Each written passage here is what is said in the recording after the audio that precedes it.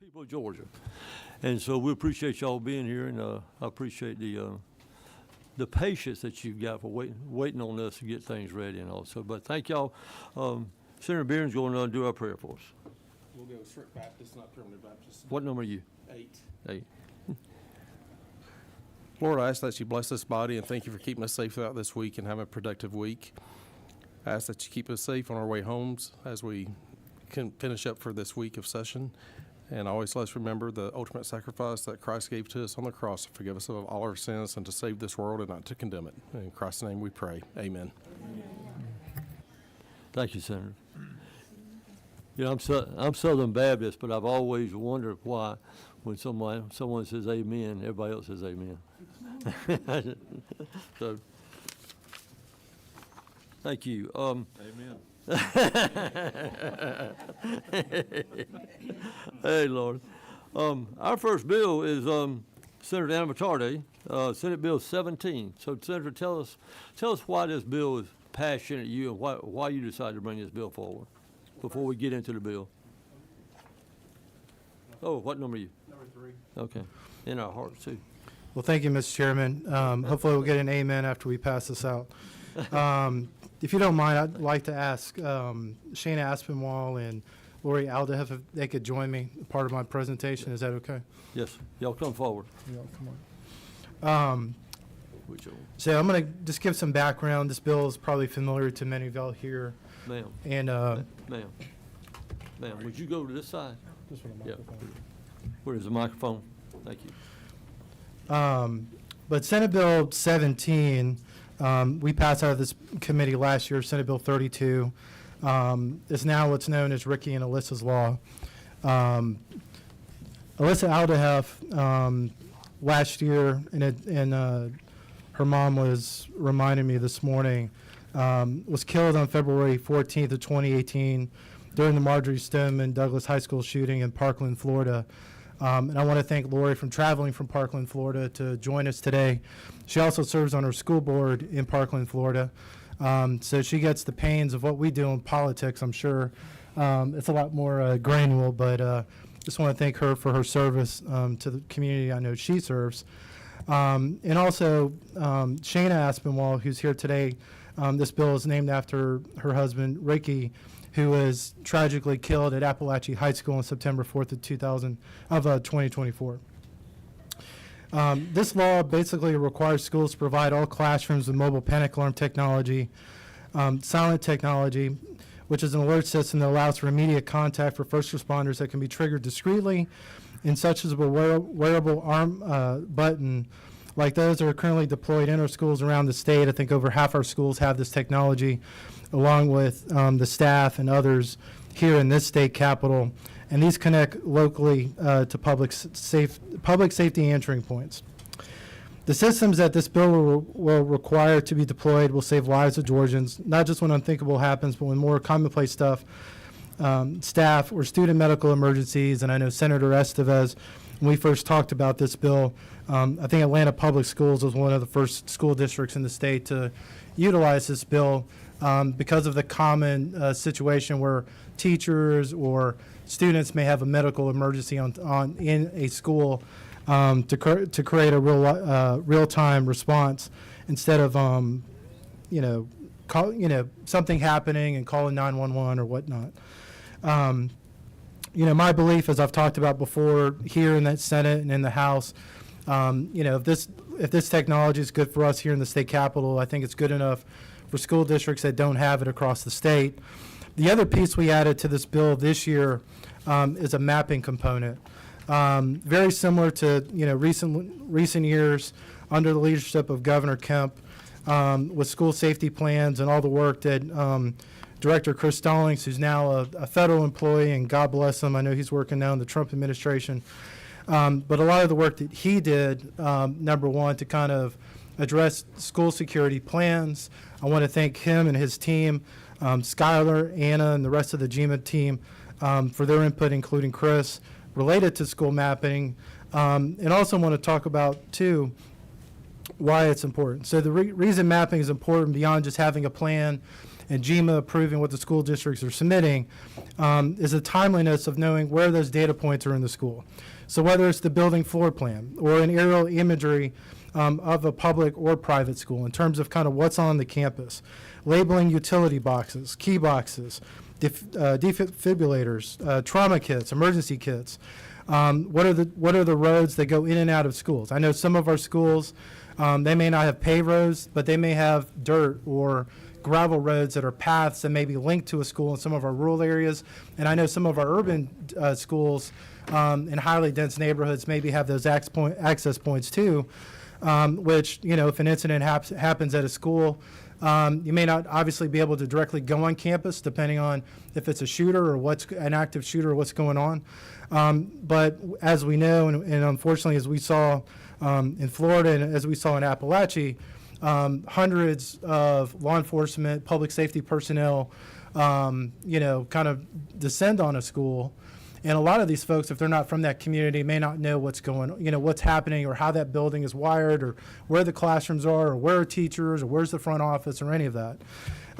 So just as I was talking about with the first part of this bill, you know, the purpose in the big picture is to save minutes, save time, to allow our public safety and first responders to get to take down a shooter, but also protect lives of children and teachers in the building. I know I've publicly have talked about, and you know, those in public safety, and I know former Director Stallings talked about, you know, this is not going to prevent a shooting. This is not going to stop a shooting. But in those godforsaken, you know, moments when things are happening, our first responders have every tool possible and every second on the clock to get to where they need to, and they're empowered before they show up on that scene, so they're able to pull the mapping data as it relates to that facility, and also be able to act as quick as possible. The other thing that's in this bill is a reminder we had last year, we kept in here, is that it basically for public, private, and local government agencies, they're immune from any civil liabilities related to the school mapping piece and Section 1 of the bill.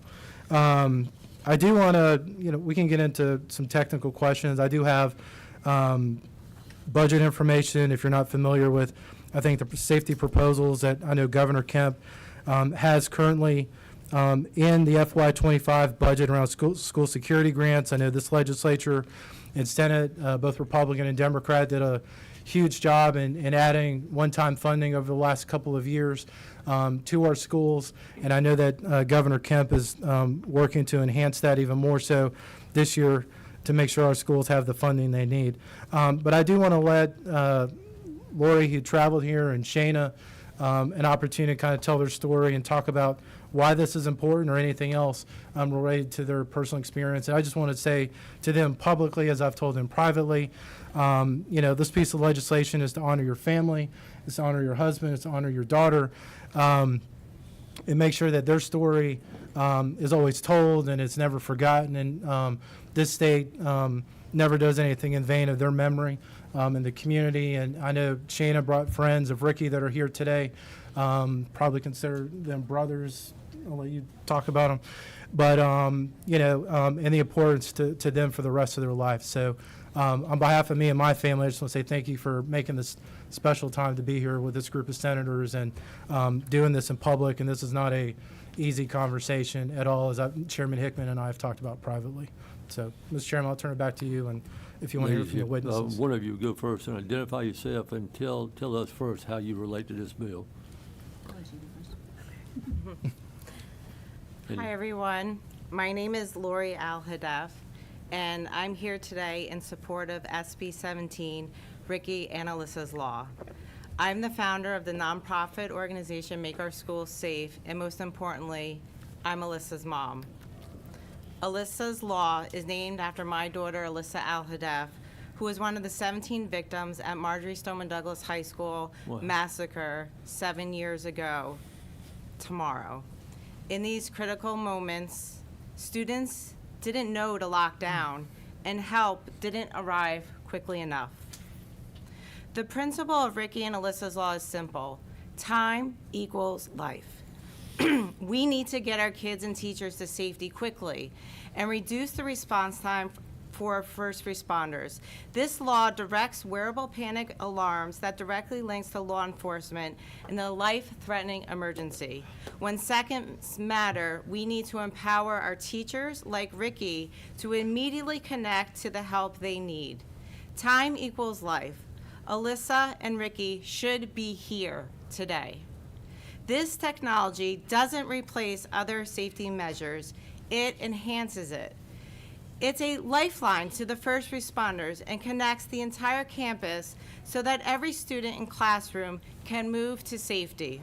This critical measure helps not only during active threat situations, but also during medical emergencies, weather events, and other essential notifications to help keep our kids safe. Every time that panic alarm is used, I know Alyssa's saving lives. While Alyssa's legacy lives on, we miss our daughter every single day, and we have dedicated our lives to keep others from experiencing our pain, a pain that Georgia knows too well. I want to applaud Senator Anavarte, all co-sponsors, for your swift and proactive work to make schools safe in Georgia. When this bill is passed, Georgia will join 7 other states in the country that have passed Alyssa's law, setting a standard that children should be safe and thrive in schools. Georgia also is joining 19 other states working to amplify the importance of school safety legislation as part of the Make Our Schools Safe Day tomorrow. I call on Georgia lawmakers to pass Ricky and Alyssa's law and continue to work diligently to make our schools safe. Thank you. Thank you, ma'am. Please. My name is Shayna Aspinwall. I'm the wife of Ricky Aspinwall. I also come to you as an educator. I'm a teacher. My kids go to public schools. I have a 5-year-old and a 2-year-old, and I plan to keep them in public school. I want the school safe for my kids, for my friends. All of the people behind me are educators in the state of Georgia. They all want safer schools. That is what teachers want, and I want, just like she has, to advocate for our students and our teachers to make it safer.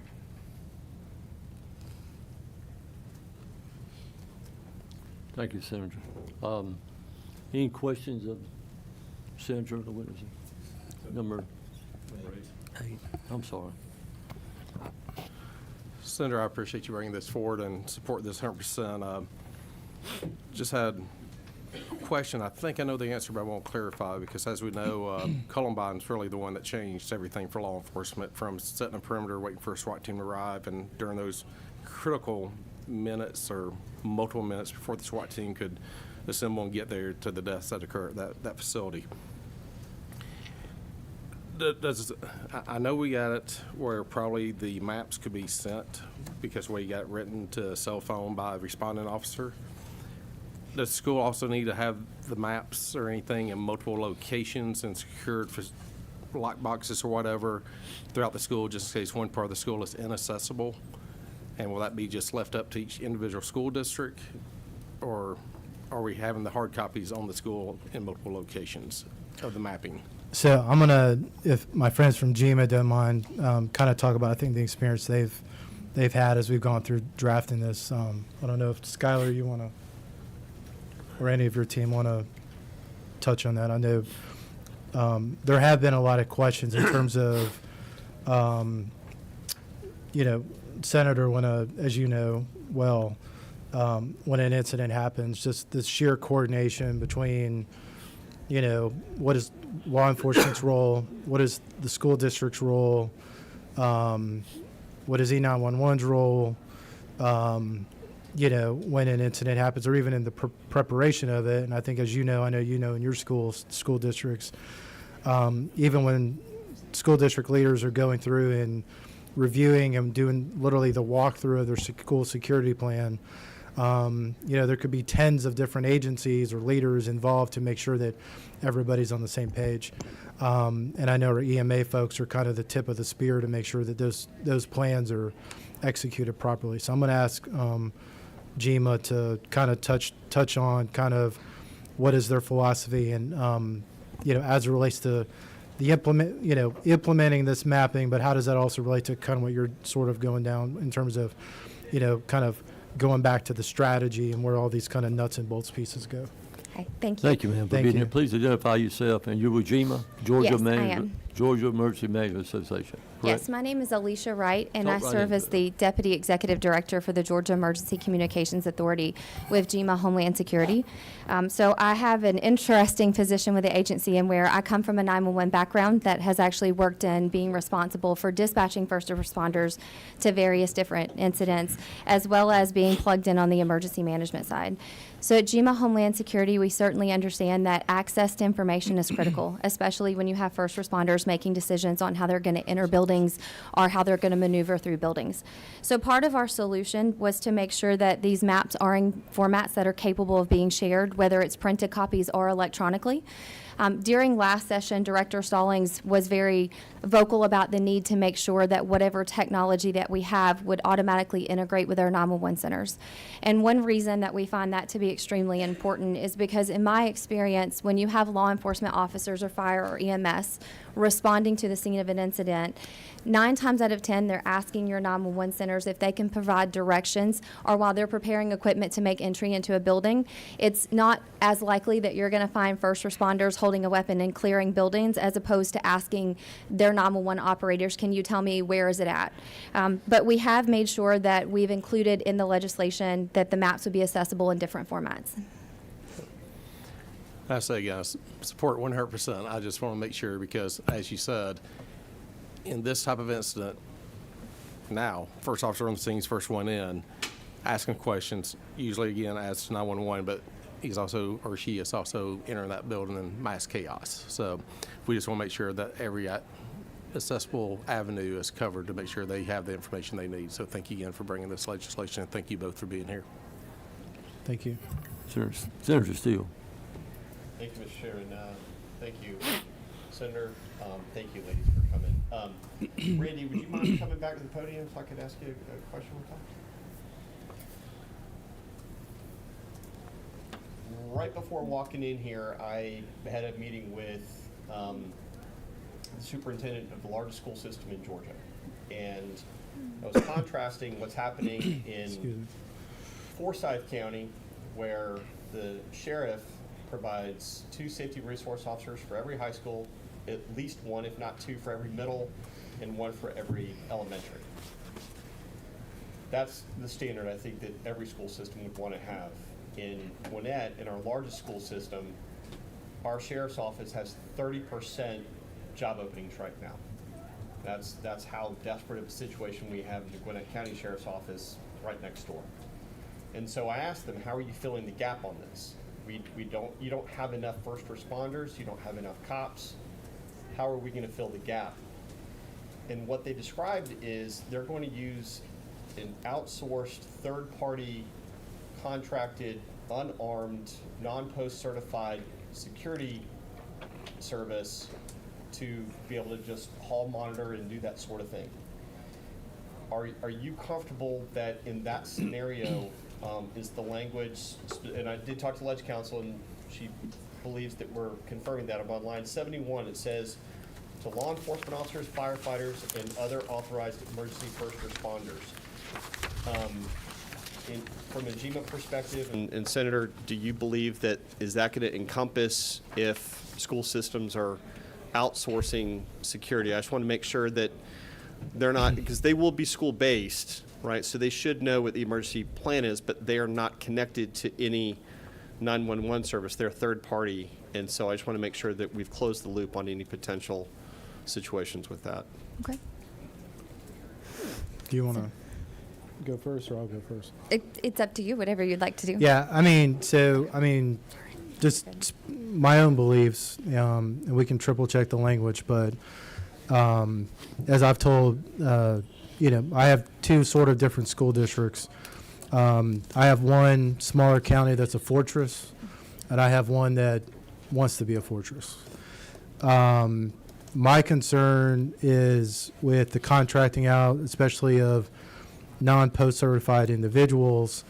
Number one, there's a level of security that a non-post person can bring in a post person can bring, number one. Number two, I don't know, and I would trust GMA more. I'll let them answer this part. But my concern is that there has to be seamless communication, and if there's some sort of,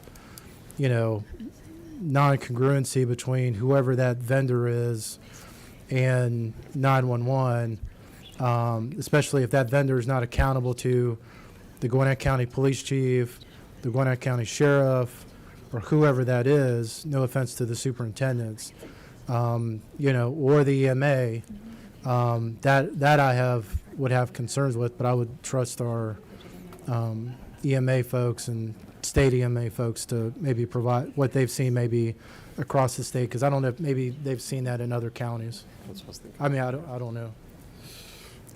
Hey, I'm Identify Anna yourself, Burton. please. I'm General Counsel for GMA Homeland Security.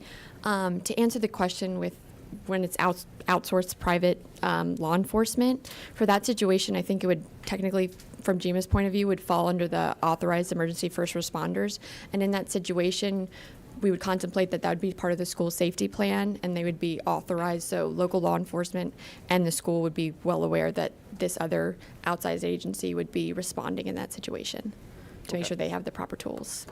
Thank you. Yeah. Just making sure we're closing the loops. Good question. Any other questions, committee, before we move to the public testimony? Yes, ma'am. What number are you?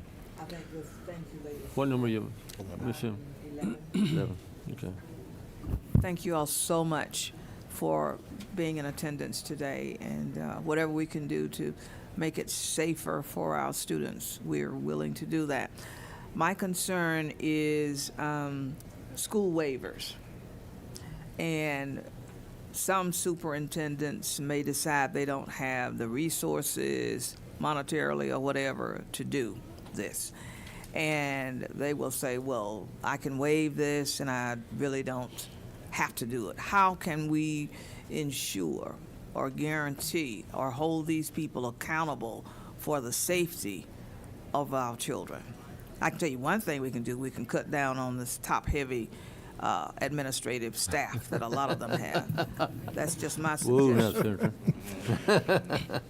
So So much, thank you, thank you. That's not the first time we've heard her say that, so. Well, I'll say to the senator from Southwest Georgia, I'll co-sponsor a bill with her to address the top heaviness, because Thank you. if, as we've seen in this budget, and I want to thank Brent Churchwell and his team over in Senate Budget for pulling this together. There's over $108 million in the base budget for school safety infrastructure and post-certified personnel, which averages around $41,000 to each K-12 school for security enhancement. So that's the baseline before we get into these other pieces. I think, the technology, and let me say, just to be clear, that's in addition, well, that's the baseline, and then the addition is $50 million the governor proposed, which is about 22,000 per school in the amended budget we're going to see. This year. That's going through the Senate right now through committee. And so I think to Senator Sims's point, this is a low-cost security item, and the maintenance on it per school, per cost is cheap, inexpensive to a kid or a teacher losing their life. And I do think, to Senator Sims's point, and I've had this debate, not to open another can of worms around House Bill 581, but one of the things that I think House Bill 581 has exposed with some school districts is the return on investment in terms of not just the outcome of, where are we at with literacy, Mr. Chairman, or other educational outcomes that I know Senator Sims talks about every day, every week, every year, just like you, Senator Hickman, Chairman Hickman. But I think also, too, what is the return on investment of the security protocols and contracts and vendors that school districts are entering into, and what are those things that are happening? not to tell on myself, but I mean, I have attended sporting events, and I've told some of my colleagues, I've attended sporting events where metal detectors that were supposed to be on were not on. And I did have a pocket knife. I walked into the school. The thing did not go off. I've been in other schools where it has gone off. Went through the thing a couple times, and I'm sitting here like, this is just to look pretty and, act like this school is safe. But, the question becomes, and I won't name that school district. It is in Metro Atlanta. But, and it's on the west side of town. It's not mine. And it's north of 285. But, and it's not a county school district either. But I say all that to say is that, whether it's regular maintenance, whether it's regular, compliance checks, maybe it's running a off-duty, detective, police officer, Senator Bearden has probably seen this in his lifetime, to go through and, like we know through testimony on other bills, people randomly checking doors and all those things. And I know GEMA, other state entities, participate with law enforcement doing that. But those basic things, I don't know that, they're universally happening to the degree that, we demand, when it gets into the educational components of what's going on in the classroom. And I'm one of the ones that is always, talking about, what is the effectiveness of, if I'm making a situation up where, if we're going to invest $250,000 into, a reading program, in 5 years are more kids reading? Or is it just, a vendor contract to help a friend who used to be an administrator who is trying to get somebody paid? I'm just being real and being honest. That's true. But I see that where that could happen in this situation too, if the system is not constantly tested. Not, God forbid, in a situation like these two women experienced, and we know that in Appalachia, this technology was put in a week before that incident happened. And so I'd say all that to say, I think Senator Sims's point is, as we relate to, Chairman, your discussion of, education, I think we have to talk about this in that same realm. And I know sometimes we're treating the school security piece as a one-off because of the EMAs and the public safety component, which I believe law enforcement is the expert, not the superintendents, not the superintendent of state superintendent, no offense. But our law enforcement officers are the experts on this, but it needs to be a part of the bigger discussion, I think, in the long run. Senator Sims, I promised you Monday, I think it was, at our appropriations meeting, that I would get you the report. We have put, I think, I may be off a few million, about $400 million since 2019 in the budget for school safety. And we've got a report that we requested DOE to give us a report of all the schools in Georgia, Senator, how they've used that money. And it is surprising the number of schools in Georgia that have used zero amounts of that money. And I will get that report for you now. It will be on your desk when you walk back in Tuesday morning. I think it's important for us to know this. That was not our report. That was not Senate budget report. That's a report that DOE gave. So that money was put out there for those schools, and they did not access it, so it went back in. So that tells you what we deal with so many times, people, is the word local control. We send it down there, and we expect them to do it, and they don't do it. And I constantly refer to Ronald Reagan saying, "Trust but verify." We can trust that they do it, but we need to be verifying that they do it. So, Senator, it will be on your desk Tuesday morning, I promise you, and every member of the committee. So, thank you, ladies. Let's move on to, are we okay for public testimony? Can I make a statement? Yes, ma'am. I just wanted to. Number 12? Yes. Okay. I'm Senator Donzella James, and I want to tell you that I am so sorry for your loss. And it was irresponsible person to come in, and maybe this can fix it. So even though we can't bring your babies back or your husband, you know that you'll be saving lives. So thank you, thank you, thank you. I could have handled it with you. Thank you, ma'am. I'm a mother who lost Oh, yeah. her son to a drunk driver, so Well, sorry, all I of was us. just almost crying. I think I can safely say everyone at this committee are our parents and some of us are grandparents. And so with that situation, it just breaks our heart. God bless y'all. So, the first, William McCullough, Geo Commission. You come forward. Thank you, sir. And please identify yourself and tell us. My name is William McCullough. I'm Vice President of GeoCom. Chair Hickman, thank you for allowing me to participate today. Thank you to the committee. This is personal to me. I live in Cobb County, Georgia. I have kids there, and being able to participate in some small way of keeping kids safe in Georgia is near and dear to my heart. GeoCom has delivered and been a dedicated partner in school and public safety for 30 years, providing geographic information system data and services throughout the country. GIS data, I'll use GIS to abbreviate it, include heat maps and navigation and aerial imagery. It's what emergency response is using every day to get emergency responders to you. We have done 23 statewide projects in the country using GIS data. And this is foundational element in public safety for communications and situational awareness. Over the last 10 years, GeoCom has worked with dozens of agencies across the state of Georgia by providing these GIS products and services to ensure that first responders have accurate information. And we commend the state of Georgia for pursuing this innovative technology to protect the students. Based on our 30 years of experience, though, we have just a few recommendations to guarantee that the goals of the legislation are met. First is that the data that is provided is compatible with the Civic Location Data Exchange format. I know that's a mouthful. But what that is it's an internationally recognized standard of how to communicate geographic data to and for emergency response. This data is widely adopted by public safety and specifically 911.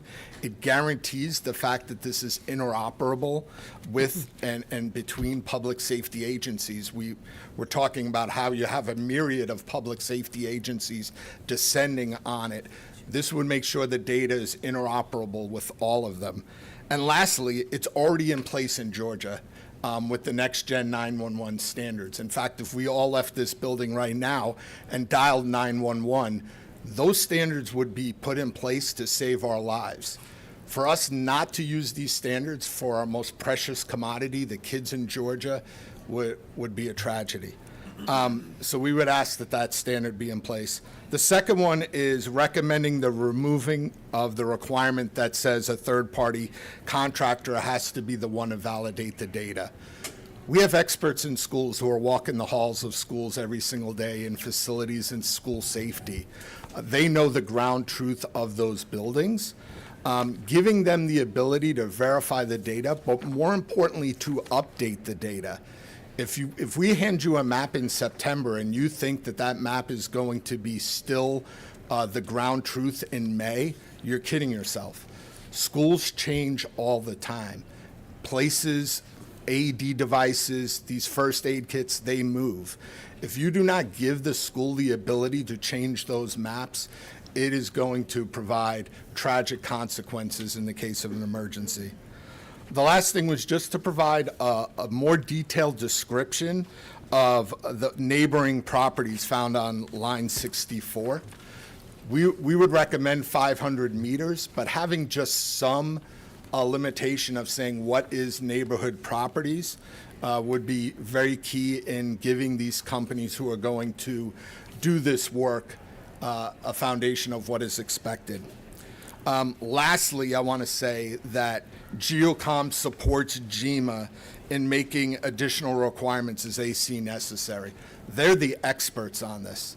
And for us not to go and do that, we've seen it in other states who have done these bills where emergency management was not asked for their opinions and to set requirements. And quite honestly, it gives maps that are not as good as they should be for those kids. So in summary, these amendments would assure the safety and security professionals have accurate data on the right map at the right time. I want to thank you again for allowing me to provide this testimony today, and thank you again for caring about the kids in the state of Georgia. Thank you, sir. Yes, ma'am. What number? 5 right now. Yes, thank you. Thank you so much. I'm just curious if you have, you may have said some of it, but suggested language for your 3 amendments? Yes, so the suggested language would be first to have the data that is provided, the map that is provided, be compatible with civic location data exchange format. And I actually have a flyer for this for all of you to give you later. Second is removing the requirement that says that the company, a third party, has got to come in and walk the floors. It's unnecessary and quite honestly costly. You know, we certainly would go and do that service for you, but you know, I think it's a waste of taxpayer money when you can go and empower the school to go and do that for themselves and make those changes. And then third is just on line 64, putting a restriction on what is neighboring properties. We would say it's about 500 meters around the school, but not having any indication, is that 5 miles or is it a mile? There's no language in there that, you know, goes and limits what is the surrounding property of a school. Mr. Chairman, Yes, ma'am. I would be real curious to hear what the author and GMA think, because these seem like real practical, and maybe you actually, Senator, you would know more than I. I mean, certainly if like we're gonna get into the details, we would wanna make it right. We typically make amendments in committee. Yeah, exactly. That's the preferred place to make them, Sure. so, you know, I certainly am not an expert here, but you raised some things that interest me, so I wanna know what others Yes, Senator Bearden, would you? would think. Well, first thing, I'm sorry I missed it. Could you tell me who you work for again? William McCullough, I work for Geocom. And that's a, Geocom is a leader in public safety. We have been delivering public safety technology. We protect over 100 million people in the United States with our technology if you dial 911. to answer your question, I think it'd be safe to leave the language in the way it is, but I'll leave that to the author. It's his bill. But I think this decision needs to be made by local law enforcement and the schools to exactly what they want on that map to see access points and that type of things for the emergency management folks coming in. Senator, Yeah, Chairman, Mr. you're- Chairman, I mean, I'll just briefly say, I mean, I know there's been a lot of technical questions asked of our office around things as such, and I know the GMA team, who are the experts, I mean, we've gone through them, and I think if GMA and law enforcement are comfortable with where this language is, I'm comfortable. They're the ones who are going to have to respond to an incident. You know, I mean, I think every school where it's located is different, whether it's in an inner city area or if it's in your district or somebody else's district. Like my high school's in the middle of a cow pasture, you know, and, you know, the access points where a shooter, like if I'm a long range shooter, you know, trying to pick off kids, I hate to say it, going into a school, it may not be the neighboring property. Right, It may be right. 500 yards down the road of where there's an access point to a dirt road or a gravel driveway to get in there. So, you know, I think it'll be a little, you know, I don't know if I would feel comfortable with that on that specific point, but I think just the conversations I've had with GMA and other law enforcement officials and the feedback I know from our home community, I'm okay with it as long as GMA's okay with it. I mean, I think Senator Parent's questions are legit.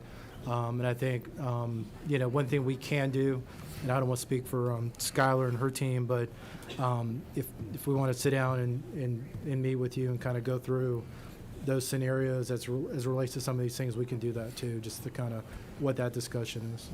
I just wanted to raise, Yeah. I wanted to make sure GMA and Yeah. you had thought through all these. We have someone who knows more about these subjects than me on the committee. Hi. So I would like to specifically address the civic location data exchange format. It is true that in Georgia we have adopted a GIS standard for 911. However, that standard was adopted for a future state. Our current 911 infrastructure is still the same infrastructure that was installed in the 1960s, and we have had very few upgrades since then. In our 156 911 centers, we have a lot of disparate technology, so we were very intentional in not listing a specific standard because we have some 911 centers that if you were to enter and ask them to show you their mapping data, it's literally a printed map on the wall, or it may be a Google map.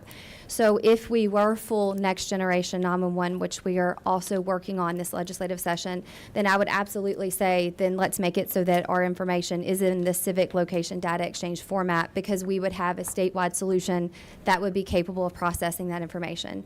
But as it currently stands, some of our 911 centers would not be able to readily use that data without some workarounds. And one concern that we have is making sure that we don't have unfunded mandates on our 911 centers. Our 911 fees currently only pay for 45 to 55% of their operational budget, so we could be potentially putting local jurisdictions in a position to where they're having to choose between paying for access to mapping data that they hope that they never have to use, or other line item budgets. So our recommendation would be, while the civic location data exchange format is ideal for a future state, it may be a little bit advanced for us at this particular state.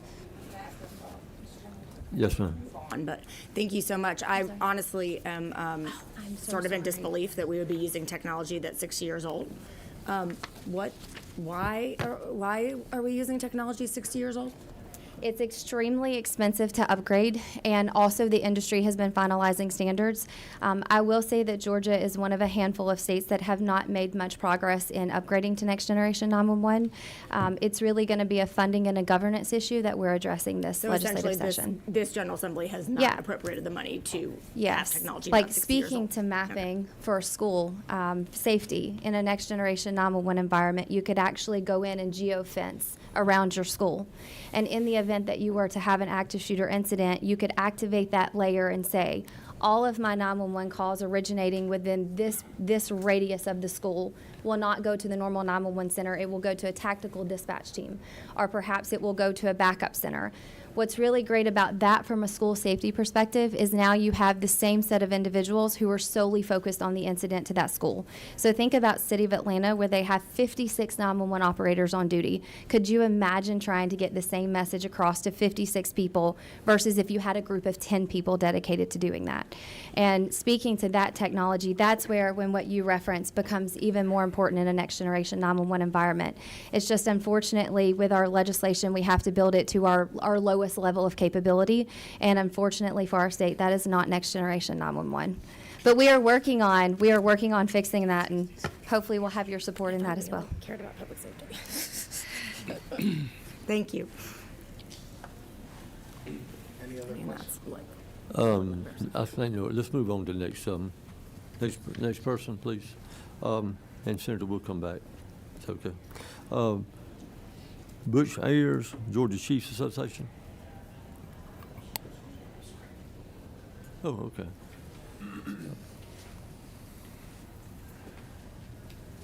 Identify yourself and tell us where you're from. Hi, my name is Butch Ayers. I'm the executive director of the Georgia Association of Chiefs of Police. I've been in that position for 5 years, and 35 years prior to that, I was with the Gwinnett County Police Department, which is the second largest full-service police department in the state of Georgia. Spent my last 5 years at the Gwinnett County Police Department serving as the chief of police. I'm here today in support of the mapping sections on the bill. And I, not really to get too much into details, but I look at a map as being invaluable. It is a picture is worth 1,000 words. As a SWAT team commander back in the 90s and early 2000s, I've actually been to calls where we didn't have any type of mapping at all. It was either paper. I've actually walked into buildings and pulled a display map of the evacuation routes off the wall to use because we didn't have anything else. So any type of map, especially a map like this, with the technology that exists, could be made available, readily available to all 911 responders across whatever jurisdiction it is, because if you have a school incident, you know that there is going to be a lot of people coming to that call. You're going to have federal, state, local, EMS, fire, all sorts of different people. And if they aren't intimately familiar with that school, they're going to need to have some sort of common language and a mapping system to help respond to that call. And also to help actually the on-scene management incident command of that call needs to have a good mapping platform so everybody's on the same sheet of music. And again, I wish I would have had the technology that's available now. I wish I would have had that years ago. And I remember the speaker talking about Columbine. I was a SWAT team commander at the Gwinnett County Police Department when Columbine occurred. And we all learned a lot of lessons from that particular call. And we learned lessons from every call. And we debriefed that, and that one call there changed the way SWAT team operates, across the nation. But again, to sum it up, the mapping technology, I think you would hope you would never have to use it, but I would actually go the other way. I think you will use mapping technology on a regular basis. You're not going to use this mapping technology just on every emergency situation. You can use it at your schools for a special event, homecoming, football. You could have a traffic accident out in the bus lanes or something like that might not rise to that level of emergency of an active shooter. But nevertheless, those maps would be helpful for responding 911 and to manage the scene. And with that, I'll be glad to answer any questions. Six. Senator Steele. Thank you, Mr. Chairman. Hey, Butch, thanks for coming. Ask you the same question, just your perspective is probably the most unique in this room about what Gwinnett County Sheriff's Office is today than, from when you left to where it is today, the vacancies that we have. It's a problem, highs and lows across the state. How do you best recommend that we fill the gap on first responders, since we're having to explore using third-party security providers? Well, the Gwinnett County school system does have their own police department. So, they've got, when I started, they had 2 people. And they were actually retired Atlanta police officers, and they called it the Safety and Security section of the Gwinnett County School Board. Right now, they're in excess of 100 officers. And again, it's the largest school system. I know as far as when I was the chief at Gwinnett PD, we had a protocol, and they had actually alerts inside the schools. The teachers had different alerts they could do on their phone. And if a teacher pushed that button, that pushed it straight to our 911 center, which necessitated an immediate response. And there wasn't people calling the school asking, is this a false alarm? It was, everybody out the door, everybody heading towards the school, and the school SROs, the principals, everybody in command, and would all get that same alert at the same time, but the response would start then. It would only slow down when there was somebody on scene, usually an SRO or somebody that could confirm it was a false alarm. I think that the way they did it at that time was they had to push the button a couple times. And there were, several false alarms that way. Very good. Thank you, sir. So, Good. Thank you. Senator Payne. That is the last question. Thank you for being here. And just, I'm kind of thinking about, from Gwinnett County to different areas and talking about those very rural, counties around. In the event of such an emergency that we need all responders to go rushing to one of the schools, when that happens, who is in charge of the scene? the on-scene commander is the basically first command level person there at the scene. We will sort everything else out later. It could be a uniformed division sergeant who was there. It could be an SRO lieutenant or something like that. But that's the one thing, as far as any type of response to a scene, that you have to establish command, and there has to be command. Well, the reason I asked that question is because, you know, such mapping as this, just seems like it would give everybody the information they need to know up front as to, not only to where I'm going, but also to what the mission is. Sure. And it would help for pre-plans as well. I know the fire department does a lot of pre-planning. When we did it at Gwinnett, our pre-plans for all the school systems, buildings, were basically in 2 large 3-ring binders. That's kind of hard for the individual officer to carry that around. But nevertheless, we had annual training in regards to response to an incident at a school. But with this type of technology that's available now, we can push that information down to the individual responder. And again, the maps are useful for other things than just the initial, worst case active shooter situation. You could basically be using those maps for some type of public safety, school system event almost on a weekly basis. Thank you. Thank you, sir. Thank you. Mr. Alex Carney, at last. Ma'am? I just want to say at the appropriate time, I'd like to move due pass. Okay, thank you, ma'am. We have other people. Yes, ma'am, we got this one gentleman, and then we're going to ask for a motion. And Alex is with who, Alex? Good afternoon, committee. My name is Alex Carney. I'm a former Special Operations Officer with the Marine Corps, and I run and help found a company called Critical Response Group that does active shooter training and mapping for schools and a lot of other infrastructure. I'm testifying in support of this bill. I appreciate Senator Anavitarte's work with GMA on the bill. I'd point out a couple of different things about what was spoken about right here.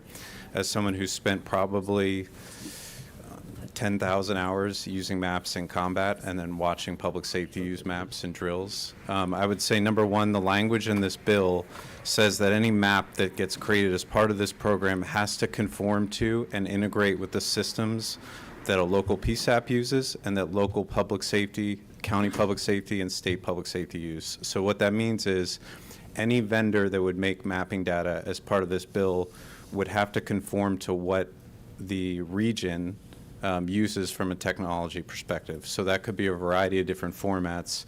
So the bill allows for space to allow for a lot of different technology systems from the public safety and school side and accommodates all the kind of mapping formats that they could potentially use. Number two, I'd speak to the importance of doing a walkthrough. And part of the reason we're in the position we are right now, where in Uvalde, actually, at the command post, the floor plans were inaccurate and caused some poor decision-making about how you could make alternate entry into the room. Part of the reason we're in the problem where floor plans are inaccurate in schools is because they are giant buildings and they are tough to keep floor plans up to date. So if you think about even a high school, the amount of camera locations that are in it can number in the hundreds, let alone the amount of classrooms, AEDs, door locations, hallway locations, stair names, all these different things. There's thousands of data points in a school. So part of the reason we're in the position we are with schools is because they're complicated tactical nightmare buildings, and it is tough to keep that data up to date. When I started mapping schools, we relied on schools to update their maps themselves. So we would give them a template. We'd ask the school to then go walk that school to update the map, and then we would polish that map up and we would distribute the maps to public safety. What I found was that it was almost impossible for many schools to do this. And, I'm a Marine, so I'm very, familiar with crayons and colored pencils, but I actually ended up printing the school maps out, and I have like zero artistic ability whatsoever, and putting on a clipboard and walking through the school with colored pencils and making the corrections myself, because the school district simply didn't have the manpower and the resources to do it. So I do think that it is an important part of this bill that if you're going to spend money and make sure that school maps are up to date and you're going to distribute in public safety, you should make sure that they're accurate. And you don't want to give bad data out there because that just kind of compounds the problem. And that's all I've got. Again, I support it and I appreciate the testimony. And it's humbling, and I'm sorry for your loss, ma'am, and yours. So thank you. Thank you, Alice. Now we will entertain a motion. Senator James. Thank you, Mr. Chairman. I would like to move due pass on SB 17. Second. Who seconded? Second. Okay. Senator Sam, second. All in favor of the motion, raise your right hand. I think that's 100%. Thank you, Mr. Chairman. Thank you, Senator. Thank you, Mr. Chairman. Thank you, ladies, for being here. Thank you. God bless y'all.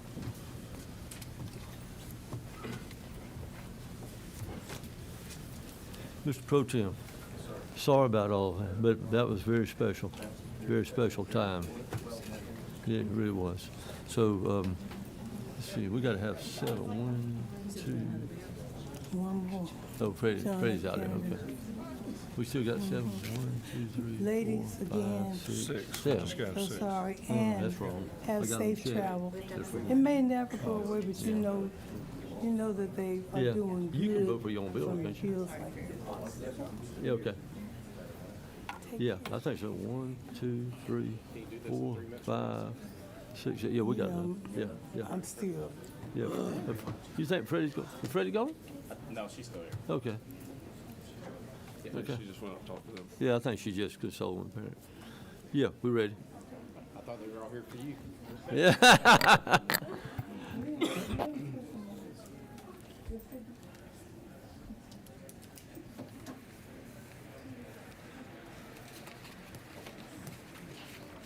So, we really appreciate Senator Kennedy, Pro Tem Kennedy, working on school absenteeism. We all got concerned. Once we kind of dig into it, we realized that it's a lot worse than we thought. And we can't get our children reading if they don't attend school. So thank you, sir, for bringing this, and the floor is yours. Thank you, Mr. Chairman. Thanks. Committee members, I bring you, and I'm going to talk a little fast if that's okay, because I know we're running up against Yes, some please. other committee times.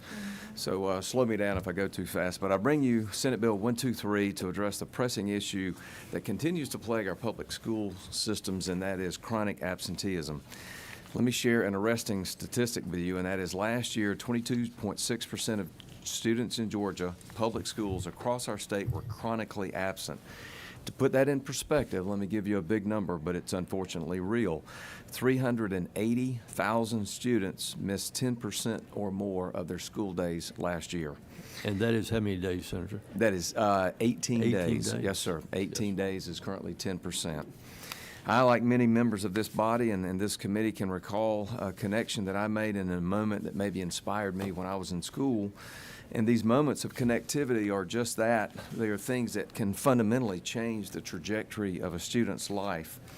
Whether it's fully funding our public schools or increasing teacher pay or the other things that we have done, and namely the great leadership of Senator or Chairman Hickman on literacy, we're all trying to do things and make sure that the Senate continues to lead. And I think this is one of those initiatives that will help ensure upward mobility and opportunity and success for kids in our schools. I'm going to go through the sections, Mr. Chairman, a little bit Yeah, quickly, please. but in essence, to hit some of the highlights. If you'll look in Section 1, we're revising the term mandatory attendance to compulsory attendance. You'll see that on line 24. That's really just to harmonize that word and that phraseology as we find it elsewhere. To my knowledge, there's no substantive meaning. It just updates the use of that word and harmonizes with the rest of the code. Section 2 updates the code section regarding compulsory attendance, and you'll find that the definitions for terms parent or parent and guardian are slightly expounded to now refer to and be defined as parent, legal guardian, custodian, or any other individual that holds legal authority to act on behalf of a child. You'll see in lines 50 through 52 that we've stricken the provision regarding excused absences for students that are participating in the National Guard. But Chairman Payne, you'll be glad to see as you read the bill that that same language and that protection for those students is found elsewhere in the bill. So it's a temporary removal, but also contained elsewhere. Section 3 revises several subsections that created the School Climate Committee. Y'all may have known this. I did not. I didn't know what a School Climate Committee was until we started working on this. And it is something that was formed in 2005 and created the model that we're going to continue to employ and utilize to go forward with some tweaks that you'll see in just a moment. You know, the research that we did on the School Climate Committee is that some counties are doing it and some counties are not. And the basic model is that the chief Superior Court judge of each county is responsible for monitoring and ensuring the gathering, if you will, of a school climate committee specifically tasked with the purpose of gauging absenteeism and maybe trying to do something about it. It's a little bit vague, but it was a good intent, and some school climate committees still are operative and active, but we literally think it's about a handful rather than 159.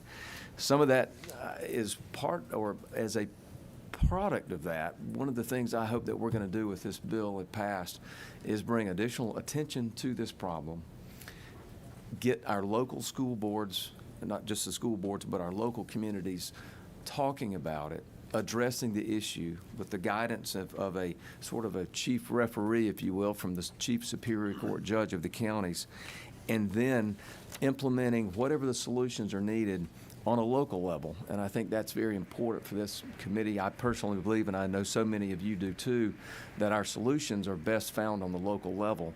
I think that's particularly the case with absenteeism, because the reason that children may be missing 18 or more days of school in one county or area of the state may be very different than the reason they're chronically absent in a different area of the state.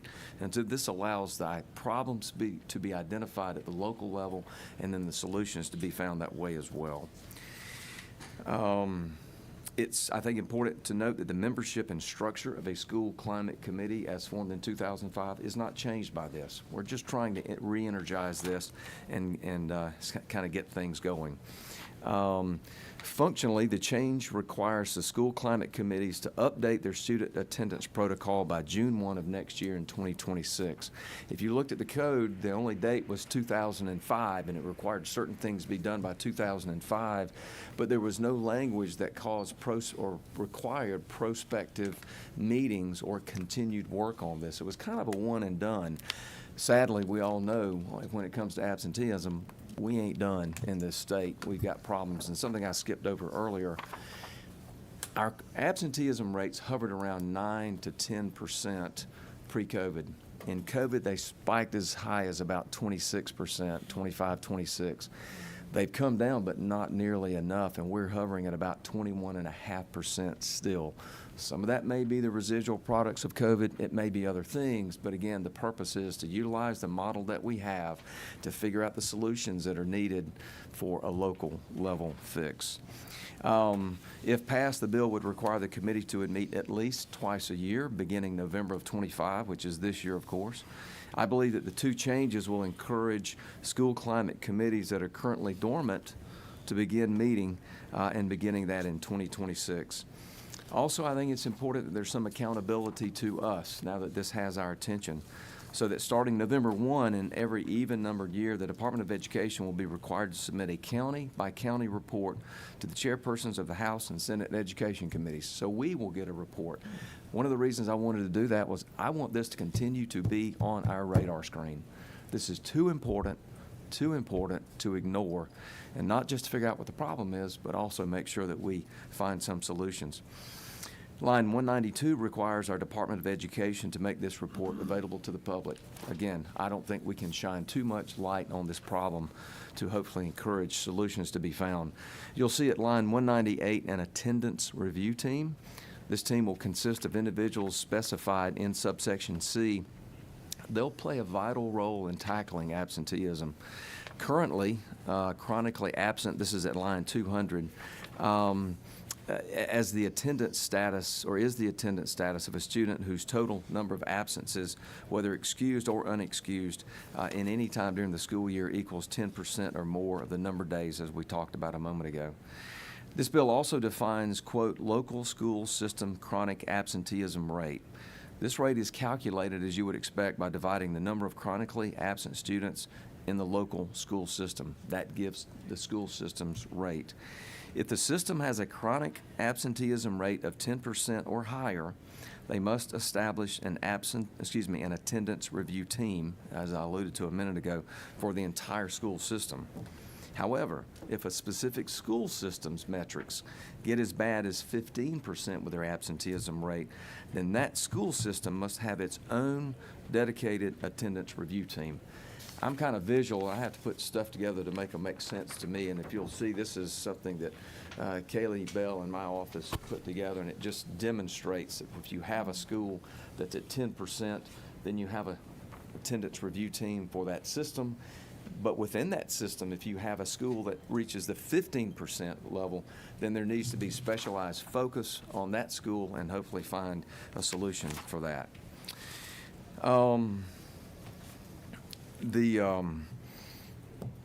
We're not just talking about trying to tackle absenteeism here. We're talking about doing something that every child needs to have to ensure that they can be successful. I think this bill today is a good, essential first step for our children to help them reach their full potential. I want to thank Chairman Hickman, because I will tell you, and it is on his efforts on literacy, sir, it is your recognition of that problem, bringing that to our attention, working tirelessly to find solutions for that quite frankly inspired me. I'll tell you the 15-second story. I was traveling in another state early this past summer for some conferences that we all go to. And I picked up the paper and it said absenteeism rate is abysmal for the state I was in. I read it and I thought, wow, this is really bad. And then I thought, what is it in Georgia? And I came back and tasked my office looking at it. And you see the numbers. It's the numbers I just shared with you.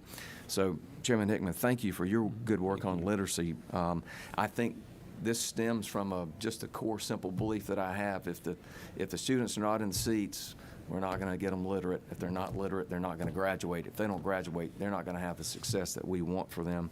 I want to thank Kaylee Bell, who's seated behind me. She has worked tirelessly on this since June of 2024 when I came up with this question. And in your folder, you'll find a chart for the local attendance review committee that I just described. You'll also see some information from the Department of Education on chronic absenteeism. I can't speak for them. I don't know that they're going to take a position, but I think in all fairness, they will tell you they have appreciated the work that my office has done with them, and more importantly, I think they are very pleased with what we are proposing here. And then lastly, I've given you the numbers for the chronic absenteeism for you in your districts. I know of no opposition to this. I want to thank, again, Kaylee Bell and the others in my office that have worked to try to coalesce ideas around this. The last thing I'll say, this needs to be an ongoing project. I don't think I learned enough to figure out how exactly we fix this. And I will tell you, I'm contemplating a two-step process. We're filing today a resolution to form a study committee for the summer, so that the purpose of this, y'all, is for us to recognize the problem, get others to see the problem, get these climate school committees energized and moving with some accountability. Let's study the issue this summer and find out what are the drivers behind the problems. And I hope we all come together next year and talk about what those solutions are. How do we help the school systems, and how do we help anybody that's trying to fix the problem of absenteeism? Sorry for the quick speaking, Mr. Chairman, but thank you for letting me address y'all today. Thank you. Before we ask for any questions, I'd like to just go down the list, and each person look at this list for the absenteeism and speak out loud what your absenteeism rate. So Senator James, if you would please start, please. Okay. You mean this list? Yes, ma'am. Just tell us from your county what your absenteeism rate is. It says the 19.7 for Fulton County, but I also have Douglas County and now 3 cities in Cobb. So I don't know what the real absentee is. And I know that I taught a while, and my mother and father both taught in Atlanta Public Schools and became principals. They were there over 40 years. Absenteeism stops when you have the truant officer and that catches these kids, put them out of school or whatever. And also when the parents are responsible for the kid, and you punish them some kind of way. They did that in Atlanta, in Fulton County, Atlanta and Fulton County schools, and that really worked very well. And some organizations Old National Merchants Association, and the South Fulton Chamber of Commerce started having workshops with the parents, parenting, and the kids came too. So they kept putting it in their heads. You won't learn anything, you will not be able to get a job if you don't go to school. And Senator. then the parents will have to be punished. Senator, thank you. I'm finished. That's just, I had to get on my I think horse you got and on the ride soapbox, this. didn't you? It's bad. Senator Sims. It's bad. What's your rate? 18.1. 18.1. That's Terrell County. Yes. Of the 13 counties that I have. Oh, okay. That's Terrell. Senator Kemp. So you're saying you don't want us to give a speech, right? No, not right now. Not right now. 19.7 quality. There you go. Senator Bearden. Yeah, 20.4, I gotta go present here in just a minute. Okay. Senator Payne. 17.4. Senator Steele. 3 of my counties are covered, 19.9, 11, and 19.7. In my county, Bullock County, it's 22.6. None of these numbers are acceptable. None of these numbers are to be proud of. Thank you for this bill. Yes, sir. You have really, this is hit it. Now we got to get them in the class. They can't read it, they don't go to the classroom. So now we'll entertain some questions. Your question? Yeah. Thank you, Mr. President. And I just want to say, thank you for this legislation and thank you for bringing this to light. You got to leave. Because for somebody who worked in the juvenile court system for 30 years and then also worked with kids in the school system for 30 years, I've never heard of school climate committee. Yes, sir. And probably because it goes back to 2005 and there was no teeth in it, so therefore it's just kind of fallen by the wayside, so we don't ever talk about it anymore. So I just want to say thank you, because I think this is a necessity that we do make sure that everybody knows these committees are functional and they need to be functional.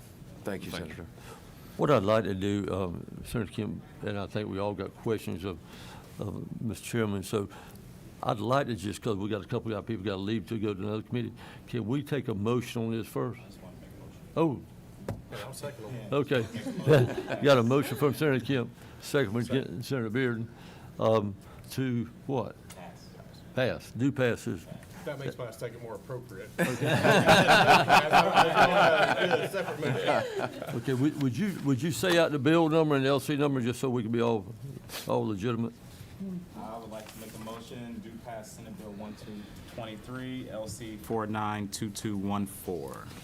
And a second from Senator Bearden. So all in favor of that, raise your right hand. Pass 100%. Man, we running a good record today, aren't we? Okay, thank you. Yes, sir. Mr. Thank Pro you, Tem. Mr. Chairman. Thank you, Thank you. members.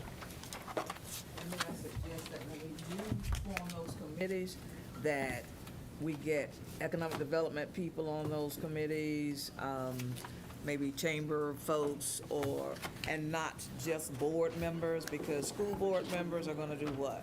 That is a Same good thing. point. That is a good point. Yes, ma'am. Thank you, sir. Appreciate it. Thank y'all. Thank you. Thank you. Thank you so Now I much. gotta go So to the lens. needed, so needed. Oh, I'm sorry. Meeting adjourned. Thank you.